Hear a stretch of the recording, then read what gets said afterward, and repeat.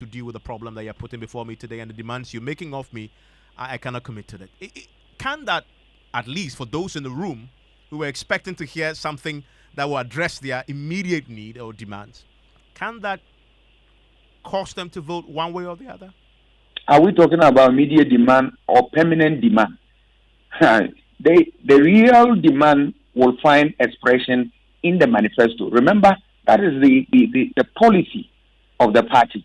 Once that one comes and you don't find expression of what you are saying in there, then it's a different matter. But for now, I believe that for starters, we can go with this and then wait for the manifesto that will spell out all the fine details. And remember, they are also want to engage stakeholders. What purpose would it serve if you have no solution for their problems when you meet them? Yes, when they meet them, there will be what trade-offs. There are some they are going to accept. There are some they are not going to accept. And this is the essence of what dialogue, as in what stakeholder engagement. Nobody goes there and win throughout. You win some, you lose some. At the end of the day, if your deals are expressed in the government policy, that is the manifesto, you are good to go. It raises the point about the demands that the electorate, the voters themselves, will make of the politicians, does it not? Because often the promises that we hear, that we've criticized, yourselves and others have written about, the politicians think they are addressing a need and trying to fix a demand and offer a solution to a demand. And that's why we get to hear all these sometimes outrageous promises. Yes, that's true. Because sometimes the promise they make, you ask yourself whether in reality they will be able to make it. But it's in response to a demand from the voter. Yes, and that is why now you and I are punishing them. Because we get into election, we'll tell them, we arrange all the things they promise us and then compare them to what they gave us. And when we are able to know that they were nothing but deception, we punish them. So now they want to shy away from it. We should be happy that they are shying away from it. But that is not to say that they cannot provide solution to our problem. That is also non-starter. But we believe that if we are able to balance these two very well, and then you are frank and objective, however painful that it may be to us, we are good to go.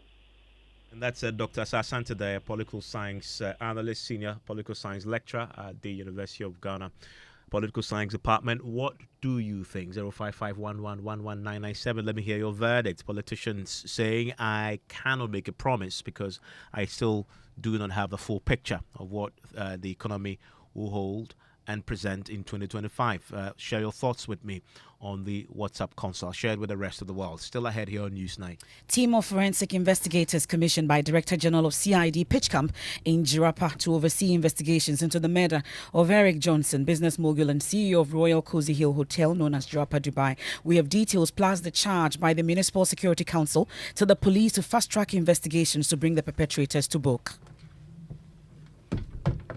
We hear details, and already 7 of his workers have been detained to assist in investigations, and the eulogy of some residents as they continue to express mixed reactions of fear, anger, and grief over the gruesome murder. And also, much later, if you won't fight for journalists, just keep quiet. We have concern from the Media Foundation for West Africa, their reaction to the NMC for criticizing the GJA's decision to blacklist politicians who have attacked journalists in the past. We'll get to hear from the national chairman of the NMC himself, who insists blacklisting politicians is not the way to go. That and more in tonight's edition of Newsnight and here on Joy 99.7 FM. Your thoughts and comments are welcome. Is via WhatsApp is 05511119997. We are also on all our social media platforms. You can hit us with the hashtag Newsnight. I am Emefa Apawu. And my name is Mensah. We start with that tragic story that broke early yesterday, and we are beginning to learn a bit more about the alleged murder of the owner of Jirapa, Dubai. Exactly. In the Upper West region.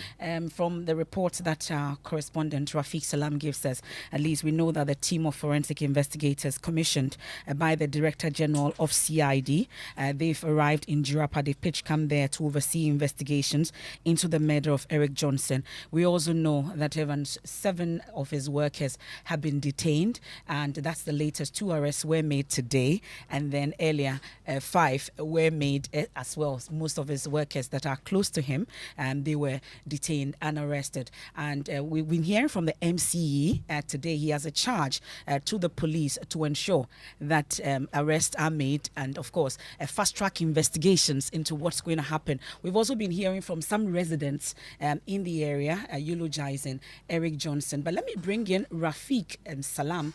He's our correspondent, been following this issue for us closely and monitoring investigations as well. Thank you very much for joining us, Rafiq. And let's talk about updates in terms of what we know.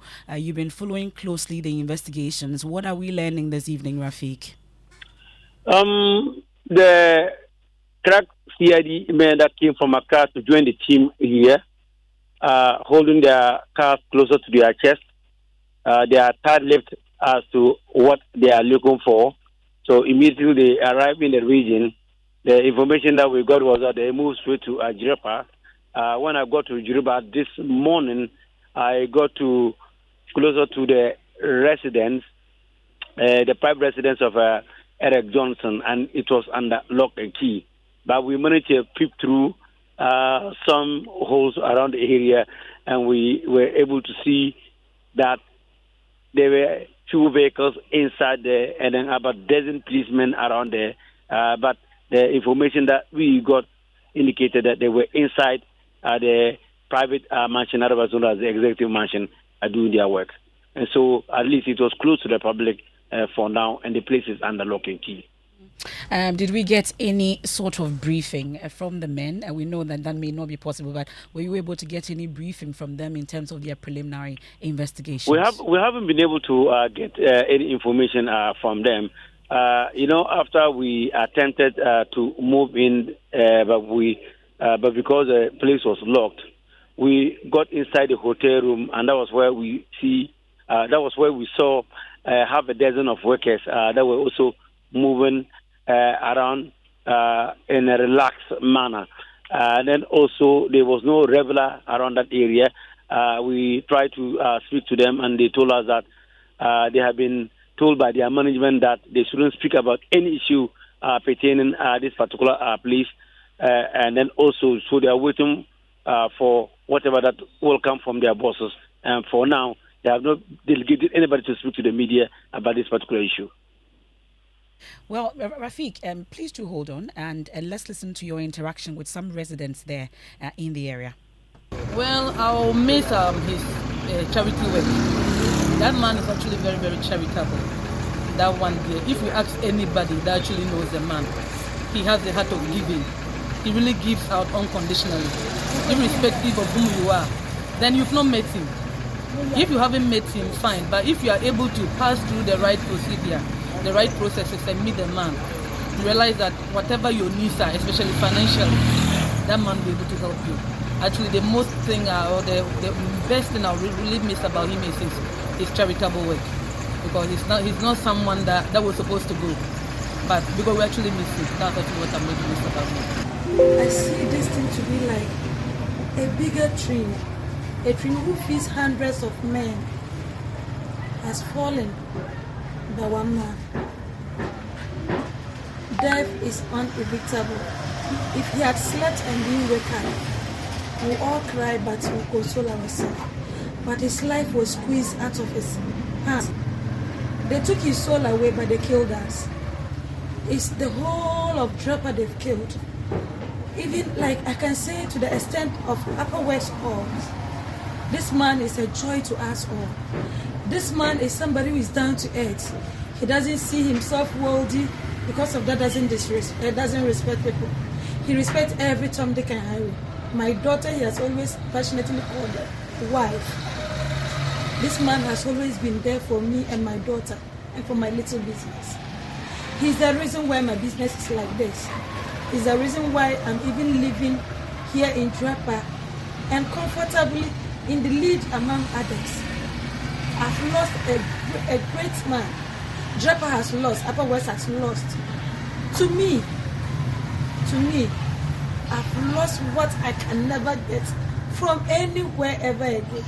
And I pray and I know, even in the scripture says, anyone life that is being taken out of him forcefully, go straight to the Lord. And I know God's hands are strengthened and He's in the house of God. But I pray anyone who is involved, anyone who is involved in this act should be caught and be brought to book and be dealt with as is due. Well, Rafiq, so just in wrapping up with you, we know that 7 of the workers have been picked up. Okay, so unfortunately, we've just lost Rafiq Salam. He's monitoring that for us closely. However, we have the MC for Jirapa, Nicholas Soyiri. I've been telling you that he has a charge for the investigators to fast-track investigations to bring the perpetrators to book. He joins us on the line. We're grateful for your time, Mr. Soyiri. So far, though, what kind of briefing have you received on this particular incident, you'd say? As stated, it's some of the workers have been picked up for questioning and interrogation. So the police are still doing their investigation, and we await the outcome. But I'm hoping that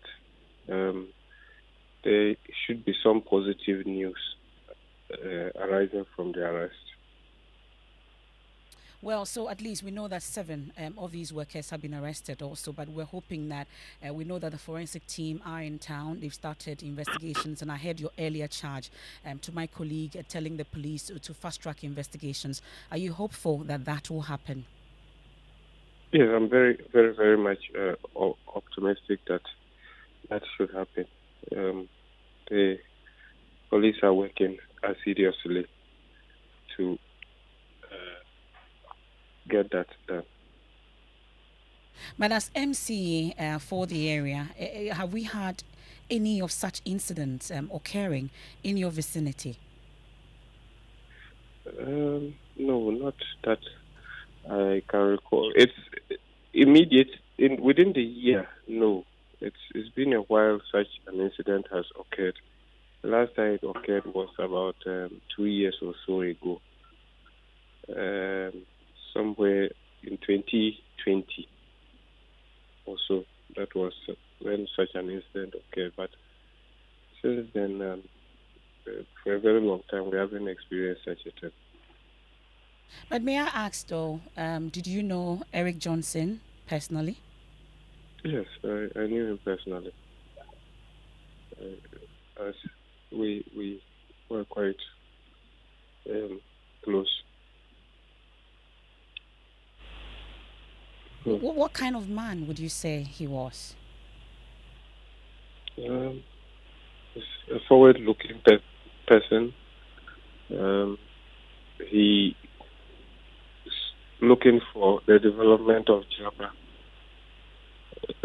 Always thinking about things that would make us improve our living conditions as a people.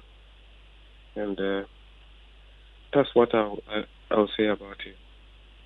Your description of Eric Johnson then makes us wonder who would want him dead. That one. For the sake of the investigations ongoing, I wouldn't want to comment on that. I guess you're broken. Very. Well, you've been talking about your charge to the police. What exactly are you expecting will happen in this particular case? I'm expecting that the perpetrators be brought to book, not just arresting innocent people, but the real culprits should be caught.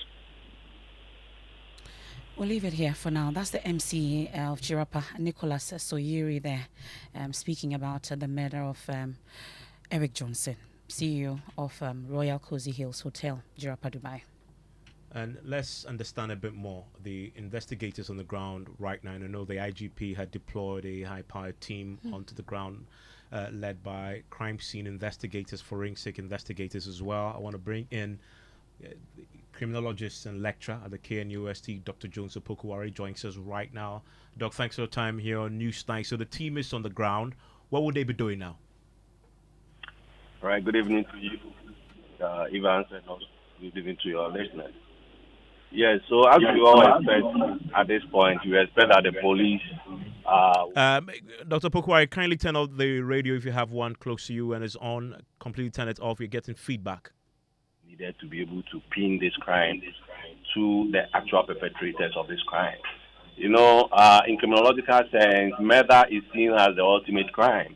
And so once murder is occasioned, it is very important that as a people and as a country, we bring all the resources that we can mash out together to be able to, find the perpetrators of this crime.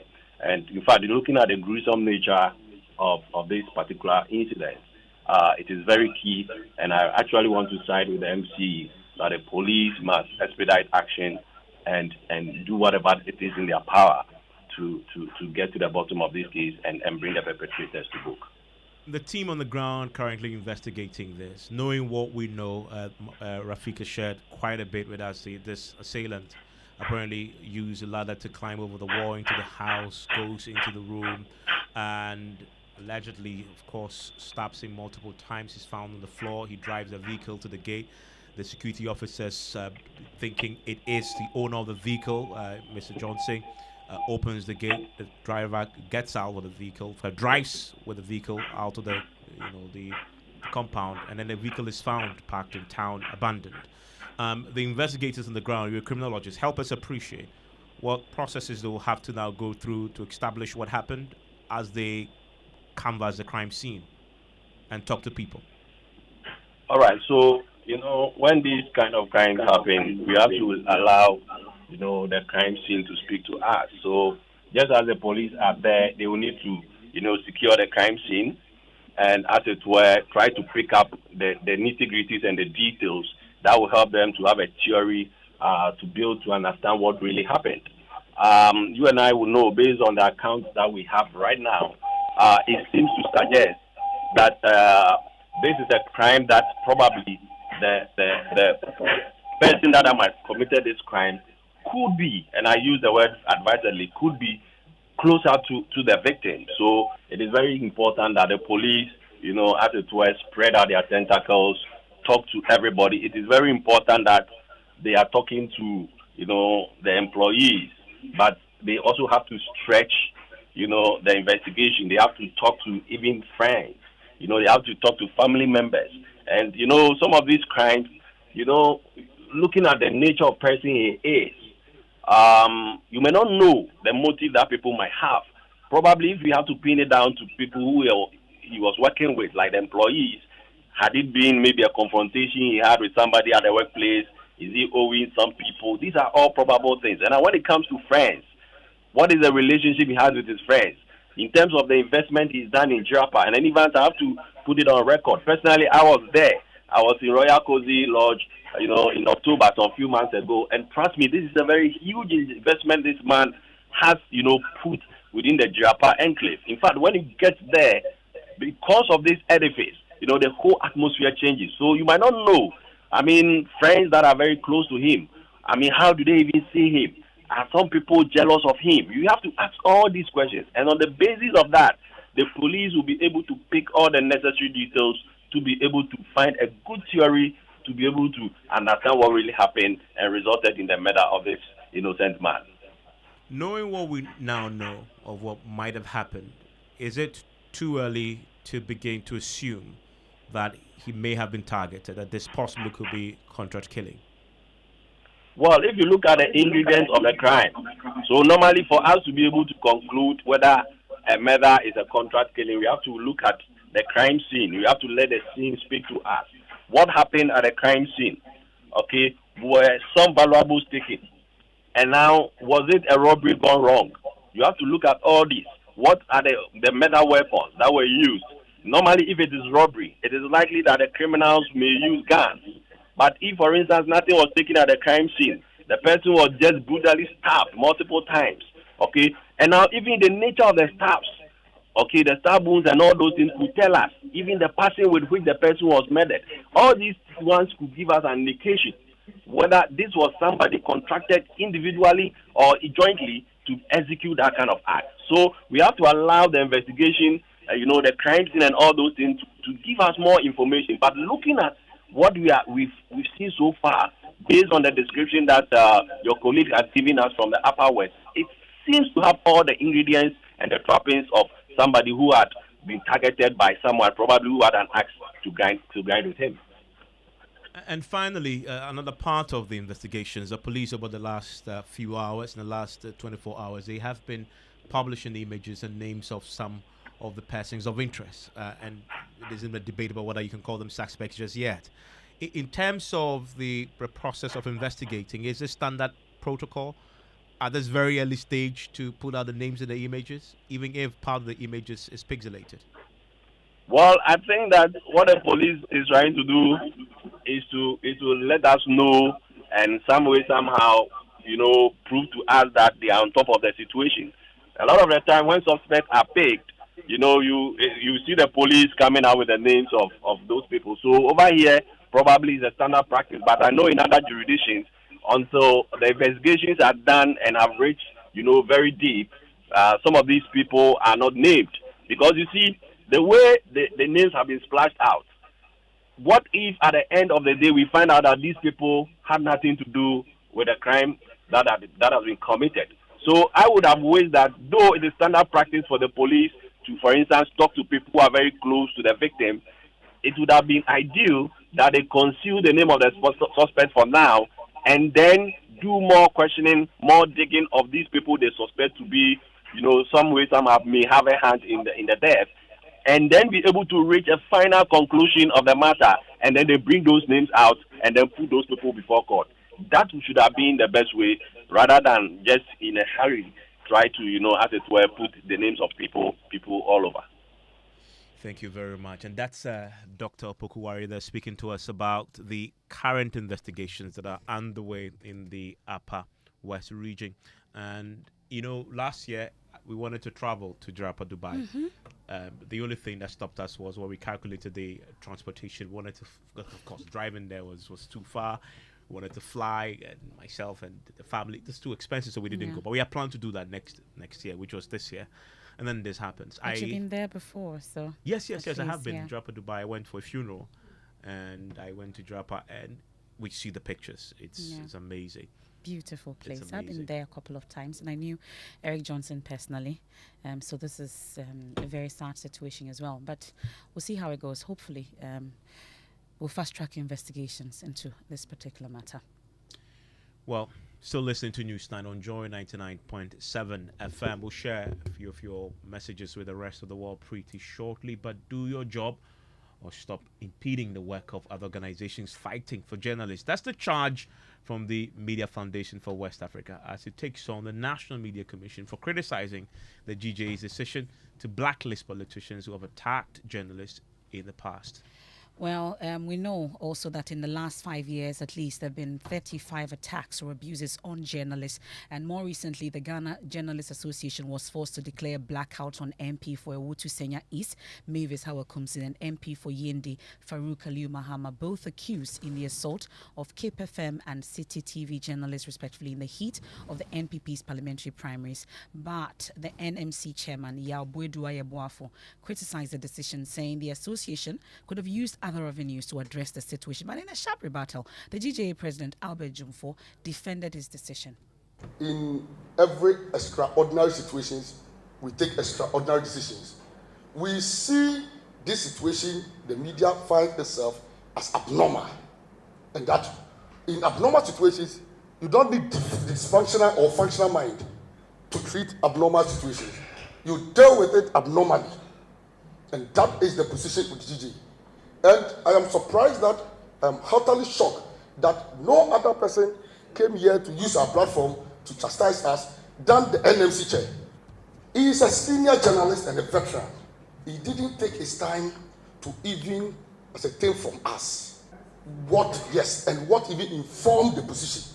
He hasn't communicated to us. And we just come here and tell us that it is just populist and it's dysfunctional. We expected him to tell us the functional measures and the functional ways we could solve this. He couldn't give us functional ways and he has run away.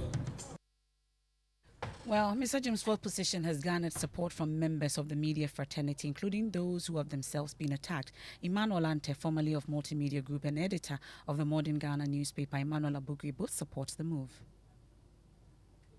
How is it unproductive? How? This is rather to try to bring certain people who try to put journalists in harm's way in line, so that they will think twice when they are about to act or do something that might jeopardize the security of the journalist. You're just going to do your job. You are trying to report what is happening, and then somebody pounds on you and beats you mercilessly to the extent that you have a scar for life, and then somebody else will see or will sit somewhere and say that, oh, this is unproductive. It is usually that to send a particular message to the people out there that, look, if you attack journalists, we'll come after you. And I believe that it is about time that we take some serious actions against such people in our society, so we can meet these attacks in the back. So I believe that DJ is in the right cause, and we all need to rally behind the president and then the entire DJ.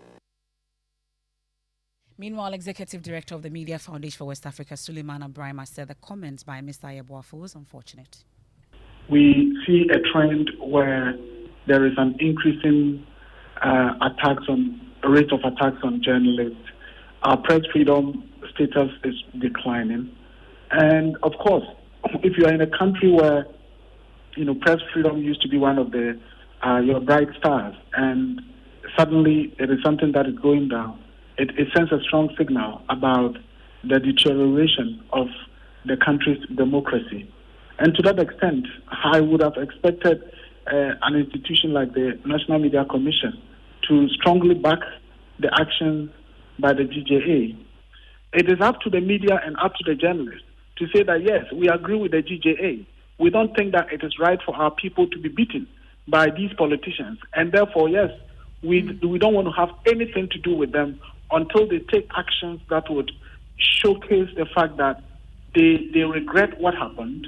So whether it is sustainable or not would depend on you, the journalist, and you, media organizations. One of the weakest links in advocacy for press freedom is the inaction of the same media organizations and journalists that organizations are working to defend.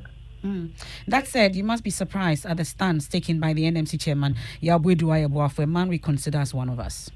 Absolutely. I feel it's not that I feel, it's actually a very, very unfortunate statement. It ought not to have come from someone like Mr. Yabudu Ayabuafo, who has been a journalist, who has been an editor, who has been a leader at the GJA before, and has before now been the executive secretary of the National Media Commission. And he is a lawyer. He knows what the Constitution says. And that there is the head of the Media Foundation for West Africa. Thankfully, the chairman of the National Media Commission, Yabudu Ayabuafo, joins us on the line right now. Mr. Yabudu Ayabuafo, thanks for your time here on Newsnight. Yeah, thank you.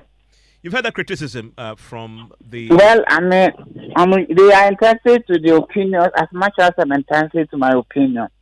My only difficulty is where somebody considers his or her opinion superior to other person's opinion.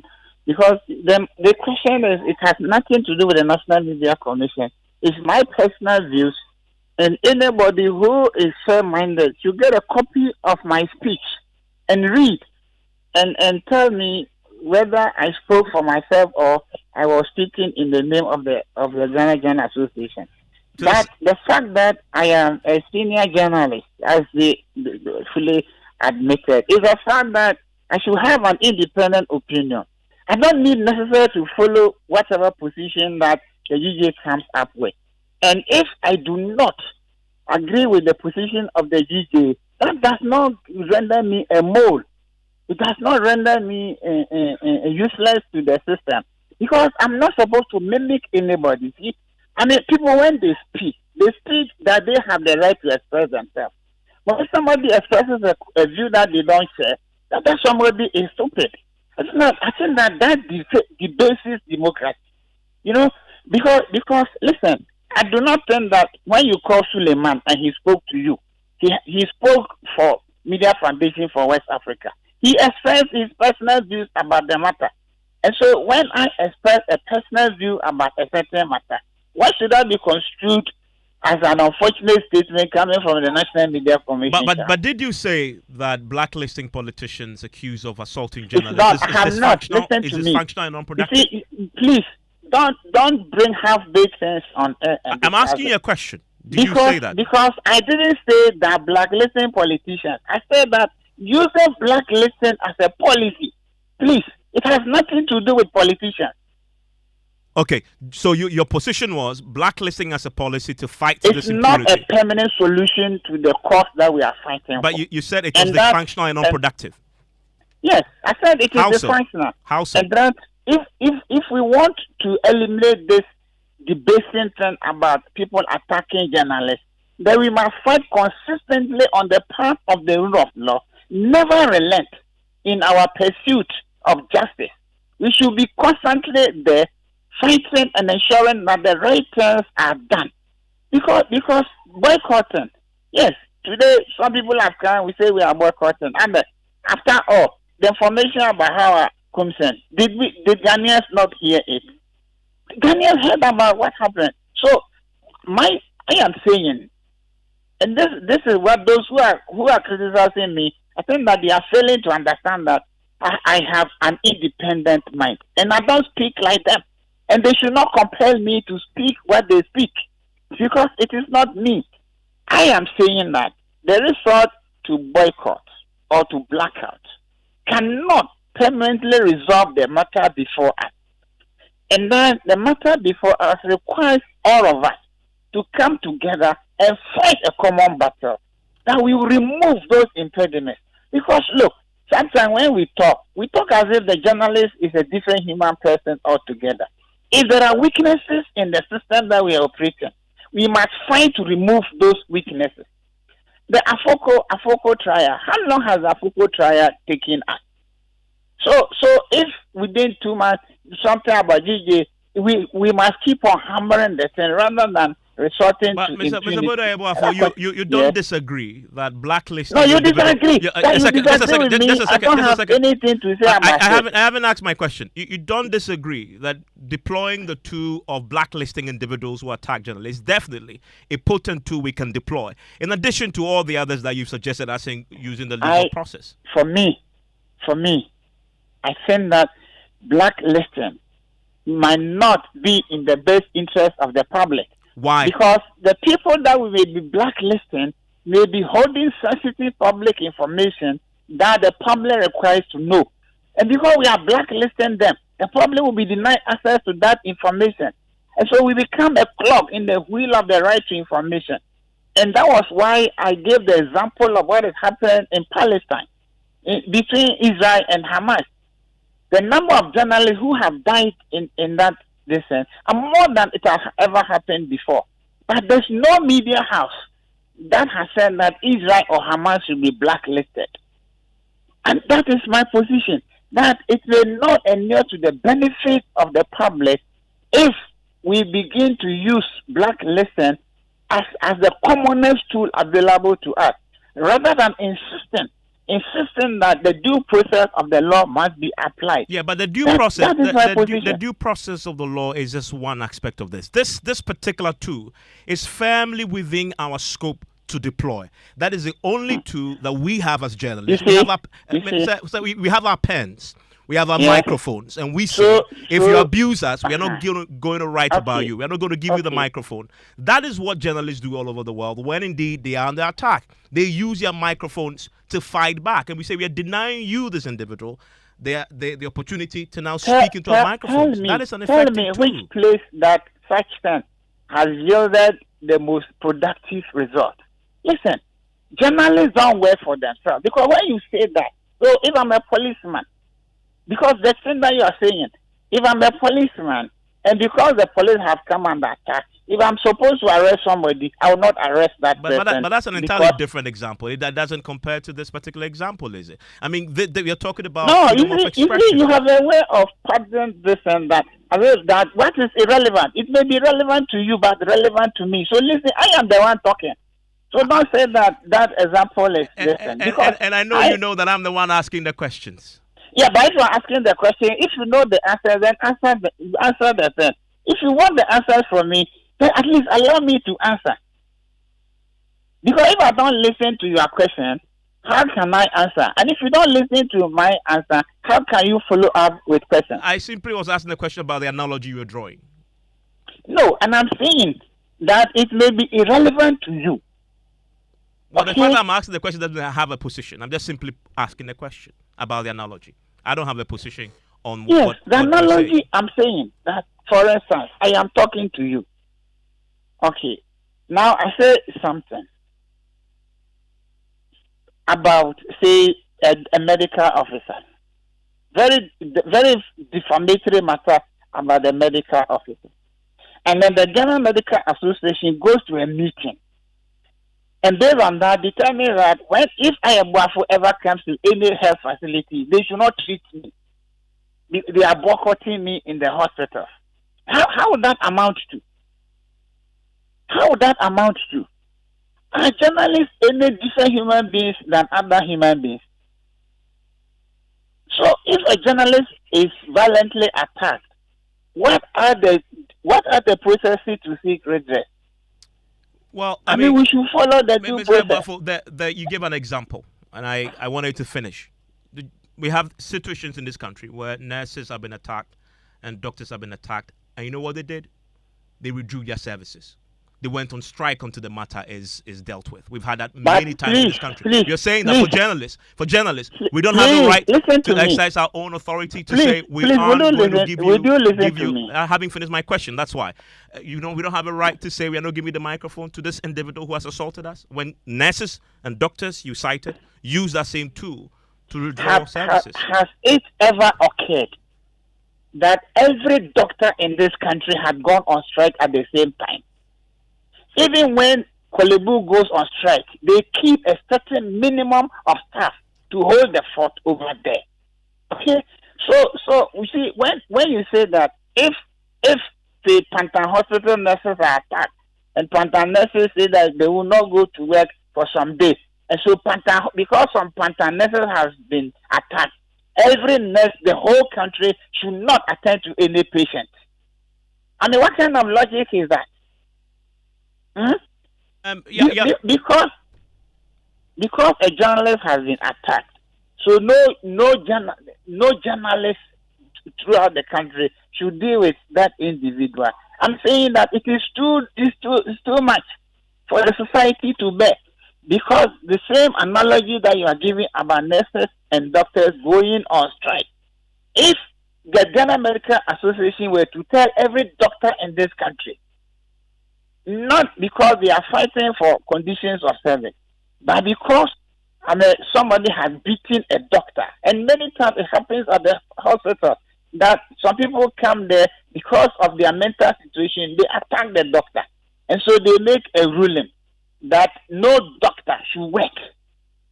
How would Ghana be if we take to those positions? Well, that is not to suggest that justice should not be done. Well, question, Ms. Yabode Ayubafo. This is the GJA's attempt to find a solution, and this is their tool, in addition to going to court and others.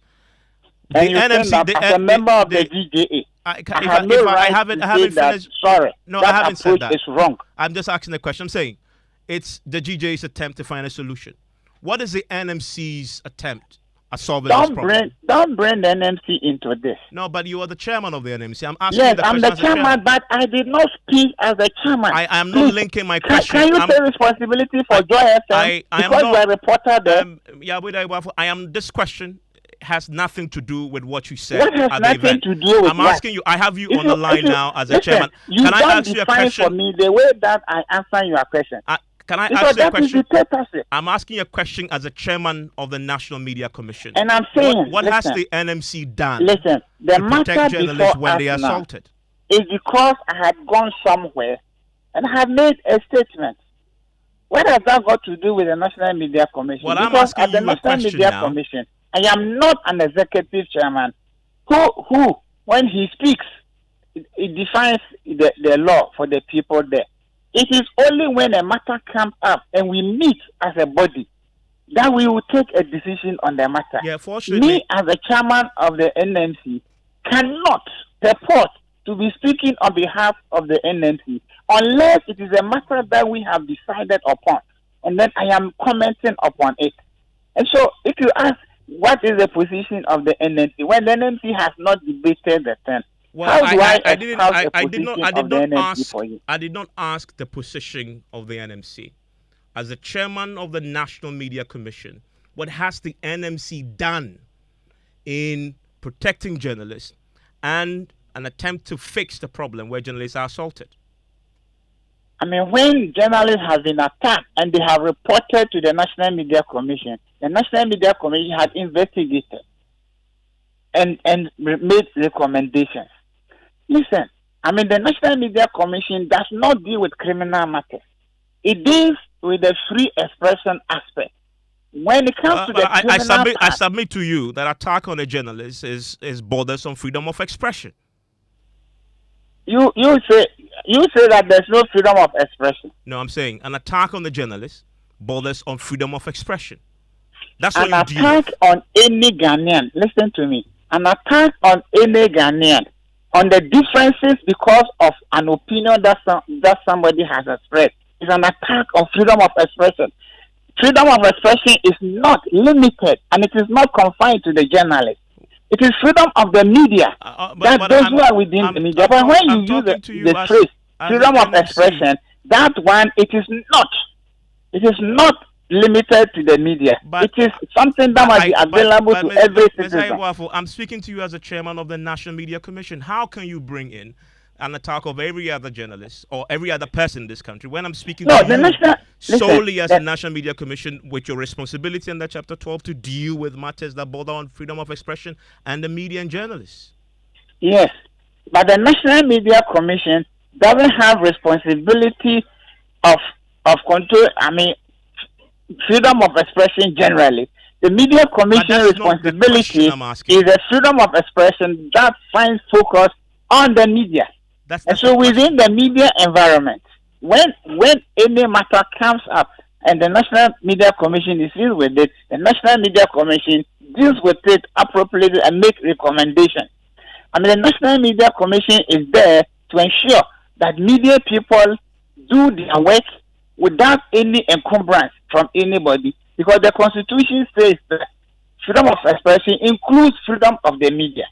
And the National Media Commission will always fight to ensure that the right to freedom of the media is not suppressed by anybody.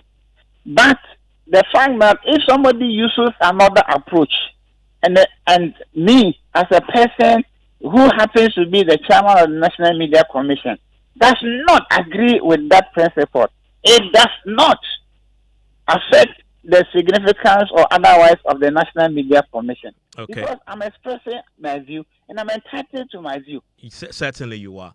Thank you very much. That's the chairman of the National Media Commission. He says that view he expressed, that the use of the blacklist to fight assault on journalists is dysfunctional and unproductive, is something he expressed in his personal opinion.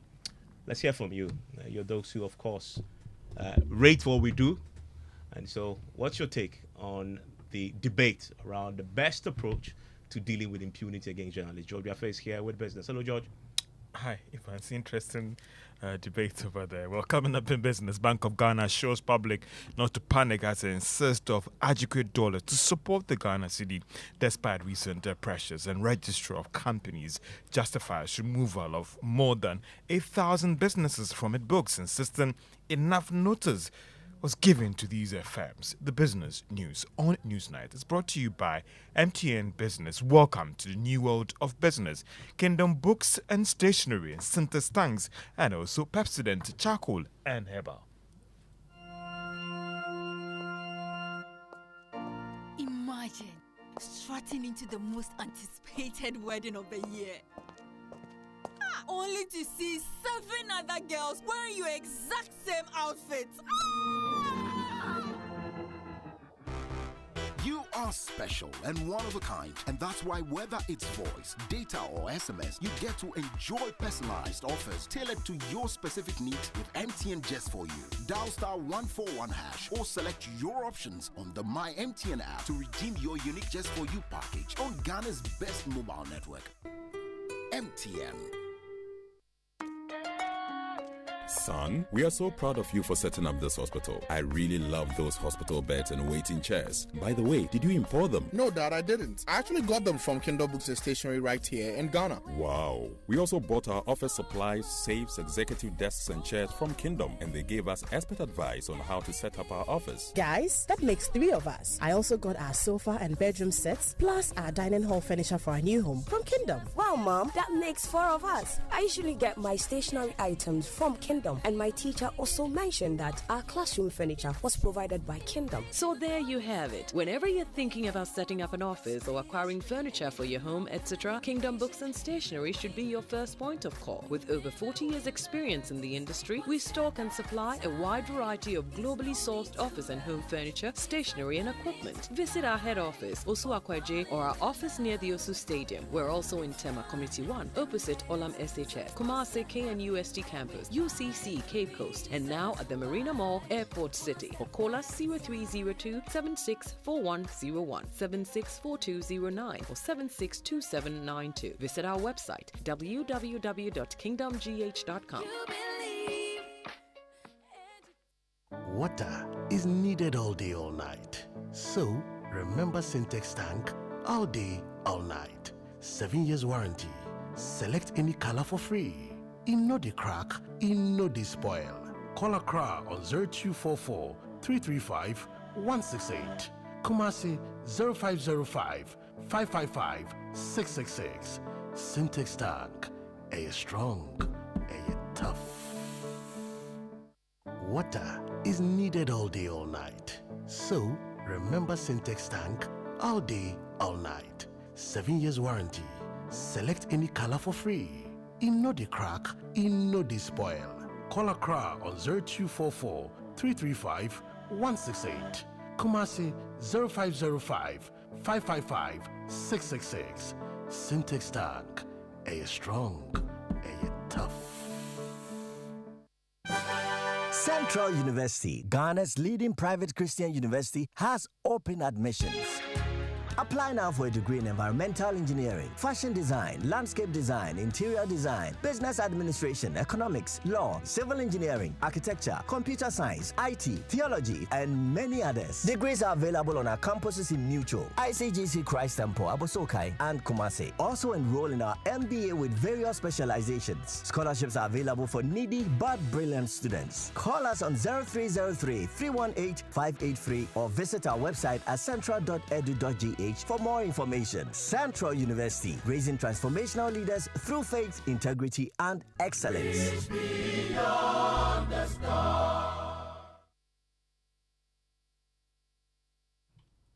You're welcome back to Business on Newsnight. Now, the Bank of Ghana has assured businesses not to panic before it has adequate dollars to meet their demands. There is more in this report.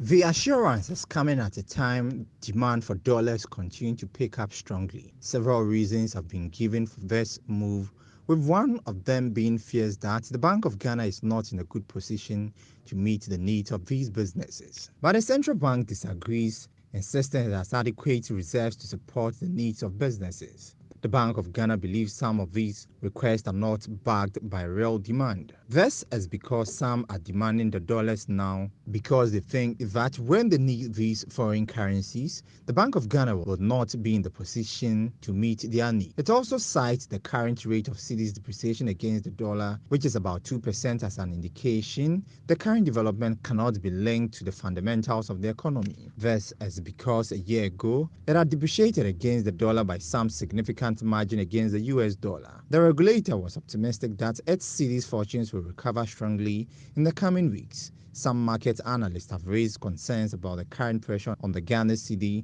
despite recent donor inflows from the IMF and the World Bank. And that is a Business Desk report. Meanwhile, research lead at GCB Capital, Courage Boti, says he is not convinced by the Bank of Ghana's assurances.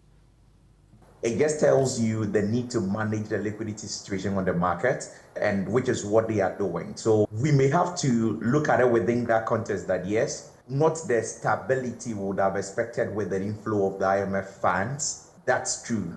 But then relative to where we are and the vulnerabilities we face, yes, the CD is stable at 2% year-to-date depreciation. Last year, at end of January, it was over 21% really. So the context matters, but in terms of what we aspire to be, yes, that is where the concern is. But we could trace down to how vulnerable the reserves are and the need to manage it cautiously so we do not displace it. Courage Boti is research lead at GCB Capital. Well, let's find out how the Ghana cedi fared today on the market. For the commercial banks, they are quoting 12 Ghana cedis, 49 pesos as the average rate for transactions. On the other hand, the forex bureaus are selling a dollar at 12 Ghana cedis, 65 pesos. Now, the Registrar of Companies has justified the process of removing more than 8,000 firms that have failed to file their annual returns and financial statement. The Office of Registrar of Companies today began the process of actually striking out more than 8,000 businesses at the end of May this year. Madam Jima Mawari is with the Office of the Registrar of Companies.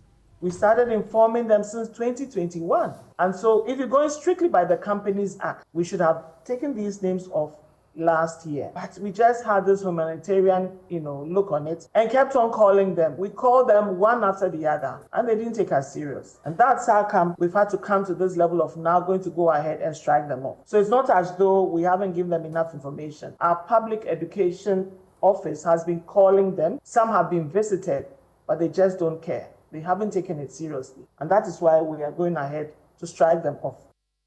Madam Jima Mawari is the registrar, the Office of Registrar of Companies, and these firms that are removed from the registrar means that they cannot use that name for up to 12 years. And that is all for business on News Night. Back to you, Evans, in a bridge version of Business Report on News Night. Yeah. Good job. Thank you. Sports now, and Ms. Bao is here with the very latest. Yeah, Evans. Well, the Ivorians have already hit the streets in celebration of their third AFCON title, and visuals on social media showing the players in a long vehicle with fans, following the vehicle as it parades the streets of Abidjan. But, well, head coach of the side, MS5, has been speaking about what he believes is more than a fairy tale for his side. It's more than a fairy tale than anything else, actually. It's difficult for me to realize what I am going through right now. And when I think about all we went through throughout the competition with hard times, when we were late, when we came back in the last minute, it's quite great. We are lucky enough. We have enjoyed miracles. But we didn't leave anything. We kept fighting till the last minute. We showed that we are men, and in spite of anything, against all odds. Well, for the losing side, Nigeria head coach Jose Pesero, he believes his side simply did not turn up on the final game of the tournament after what has been an impressive tournament for them. Our team did a fantastic tournament, but today Cote was better, did a very good game. Our team didn't play or didn't show our level. Is the truth. No the same individual quality and collective performance like we did until now. When this happened, only I must say, congratulations for Cote d'Ivoire. Was better than us today. Congratulations for my players because they did a fantastic job until today. They wanted, like me, they want to win this trophy for give Nigerian people for Super Eagles. Jose Pesero, the head coach of Nigeria. That's it for sports events. Thank you very much, Ms. Bao, and a few of your messages on our WhatsApp console just before we leave, and a number of them on that tragic story with the Japa Dubai owner. And this one from Senna says, my condolences to Eric's family. I hope Ghana Police Service will soon bring the perpetrators to book. BB in North K says, Messiah Buafogu explain tire. And the one says that is Tyron from the Volta region says, in fact, why do Ghanaians lack law enforcement and law abiding? So not law abiding. Those people must be arrested within 72 hours and sentenced, he says. And This one says, Emefa did Ayebafu say journalists are not special persons. Wonder shall never end. Kofi Protocol. Otu says, so what is the responsibility of the NMC in situations where journalists are attacked, and what have they done in instances Mr. Ayebafu is referring to? Is Mr. Ayebafu fighting his own association just because he has government appointment and he has to defend them? Sadly, some institutions stop functioning when it says the MPP is in power. And a final one says, this is Walonyan Akwetia says, we all know former President John Mahama is asking promise because is keen of promise because during his tenure as president, he promised to point that he told us he is not going to promise anymore. We have learned a lot from him, and to that event, we won't take him serious, he says. And finally, Emefa, this one says, oh, Ghana, my mother Ghana, why mother everywhere? Akachi South Municipality is no exception. Well, it's a good way to wrap up tonight's edition of Newsnight. And I guess the conversation continues on PM Express later this evening. Oh, yes, it does. The question about blacklisting, media blacklist. Oh, look at that. The GJA's war against people who assault journalists. You want to join us for that conversation? Can't wait for that. We have That's My Opinion with Nanan Sakwao, another that you can't miss. A message to the future Veep. That's his opinion. You want to stay. There's more when you log on to myjournalline.com. I am Emefa Apawu. And my name is Mensah.